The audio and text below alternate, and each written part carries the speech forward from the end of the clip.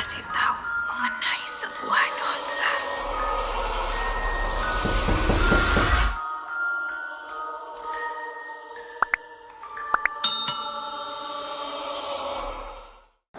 Okay, Assalamualaikum. Hi, welcome back to my channel. It's me, Ikali here.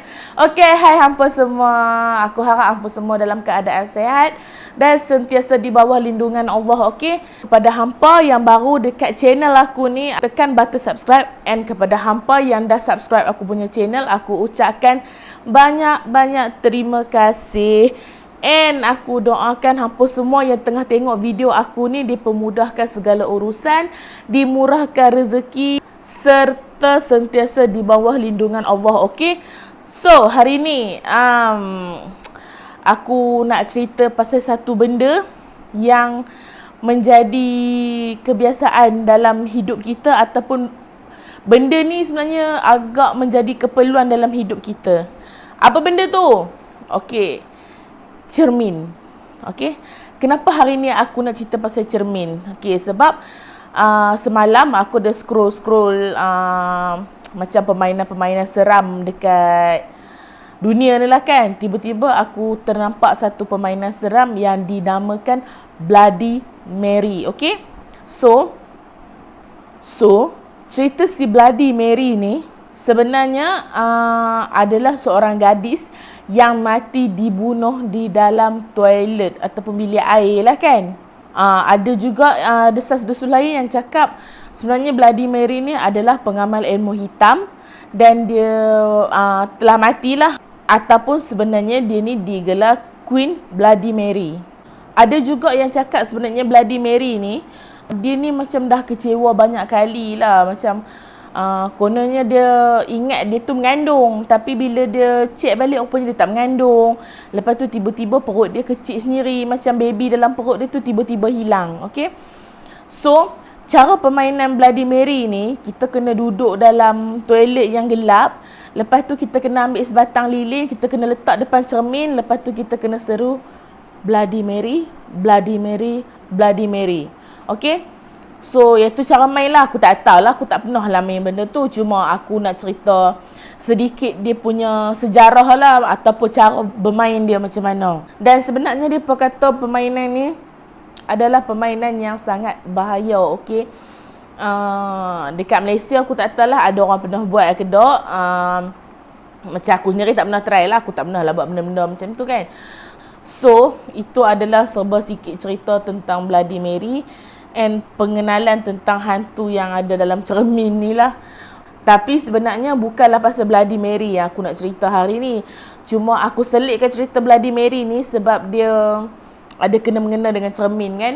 Okay, so macam kita tahu, orang tua-tua zaman dulu mereka banyak pantang larang, banyak benda-benda yang kita kena ikut lah. Macam jangan lalu bawa penyidai, jangan menyanyi kat dapur, macam-macam. And salah satu benda yang aku ingat lagi, yang pernah orang cakap dekat aku, jangan tengok cermin lama-lama. And then jangan tengok cermin lepas pukul 12 malam. Aku tak tahu kenapa, tapi itu adalah salah satu pantang larang yang aku pernah dengar daripada orang lama. Okay, so hari ni aku nak cerita pasal pengalaman aku and pengalaman kakak aku tentang benda yang kami nampak dalam cermin. So aku start dengan kisah kakak aku dululah. Kakak aku ni dia kerja kat luar lah kan. Time tu aku budak lagi kan. Aku sekolah rendah ke macam mana aku tak ingat lah. Okay, so ada satu hari tu kakak aku ni pergi have fun lah, pergi main bowling, karaoke, bla bla semua tu kan. And then aku tak ingat masa tu dalam pukul berapa. Kakak aku ni dia pergi tandas lah, dia pergi toilet seorang. Lepas dia dah settle dia punya urusan tu, biasalah orang perempuan kalau pergi tandas, lepas kita dah guna toilet tu mesti kita akan pergi dekat cermin betul-betul tudung sikit kan. So kakak aku ni tengah-tengah betul tudung pun semua, tiba-tiba dia nampak kelibat arwah ayah aku dekat belakang. Tapi time tu ayah aku masih hidup lah. Okay, So dia nampak macam ayah aku ni ada dekat belakang dia dengan muka yang penuh darah. Darah duk meleleh-leleh ni, duk meleleh-leleh penuh dekat muka ni apa semua. So kakak aku ni terkejut and dia pengsan. Aku tak sure lah sama dia pengsan ataupun dia meracun sebab benda ni kan dah lama kan. Dia kata waktu dia tengok bayang-bayang ayah aku tu, bukanlah bayang-bayang, dia nampak satu figure lah, tapi figure tu memang berbentuk muka ayah aku. Okey, dengan keadaan yang berdarah and tersenyum sinis dekat dia. So bila dia cerita tu, aku macam boleh bayang lah benda tu, situasi dia macam mana. Sebab kalau muka ayah aku yang ria, dia senyum sinis pun agak menakutkan, apatah lagi dalam keadaan benda yang menjelma jadi dia. So aku rasa memang patutlah kalau kata dia pengsan pun.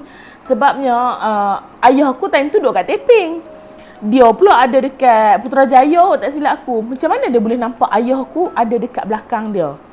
Okey, tu cerita kakak aku. Cerita pasal aku pula.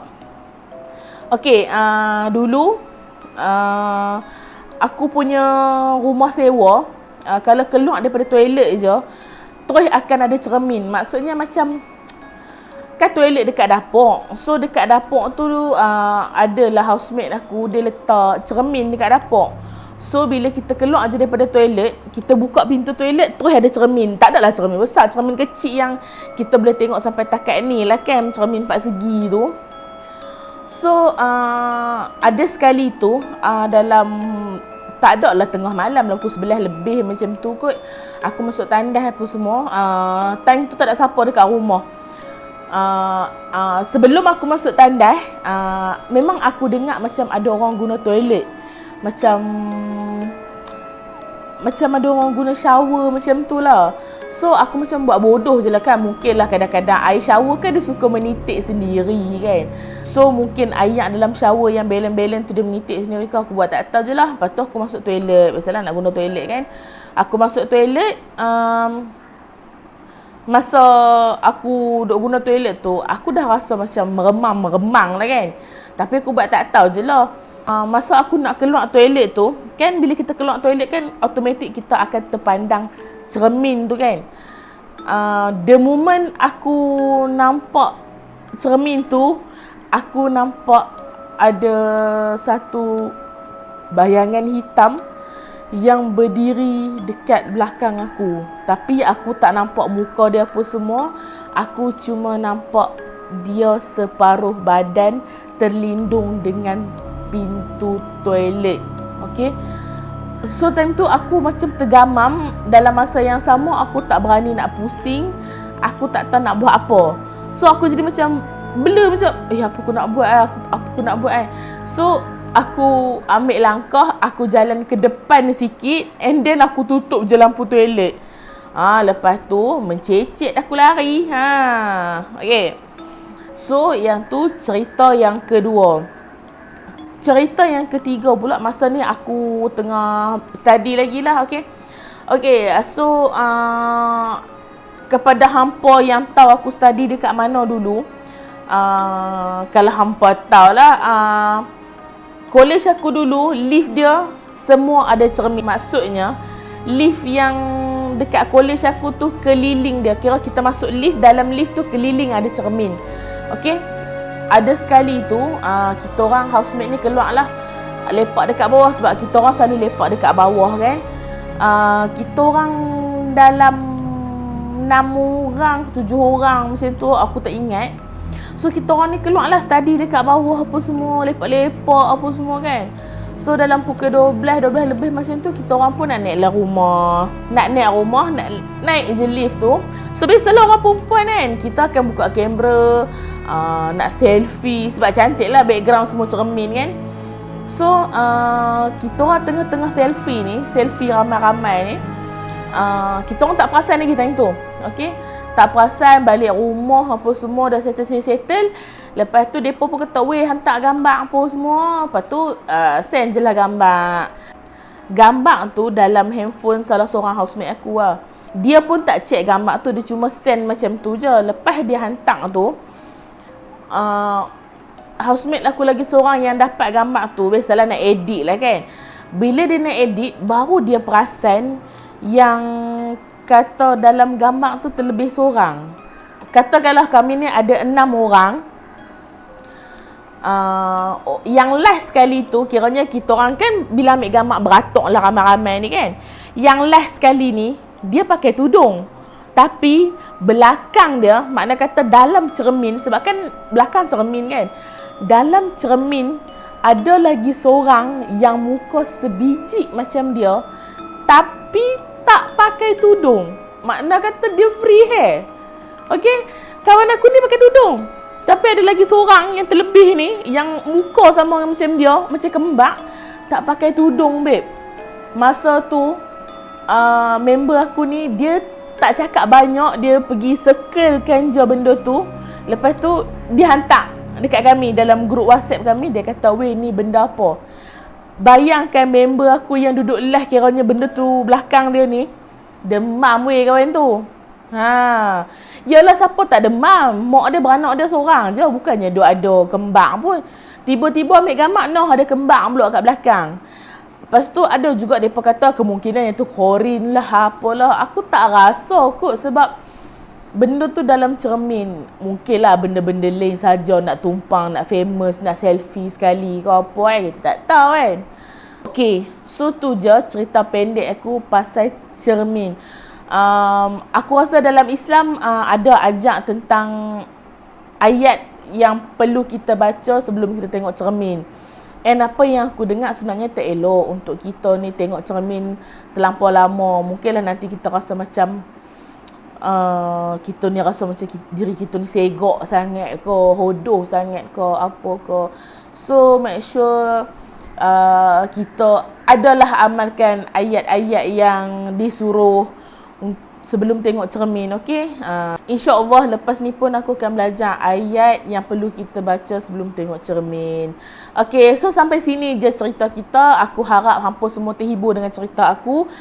Minta maaf kalau hampa rasa video aku ni pendek ataupun terlampau banyak sangat gangguan ataupun apa-apa je lah, sebab hampa boleh tengok dekat belakang. Sebenarnya time ni dah subuh, okey.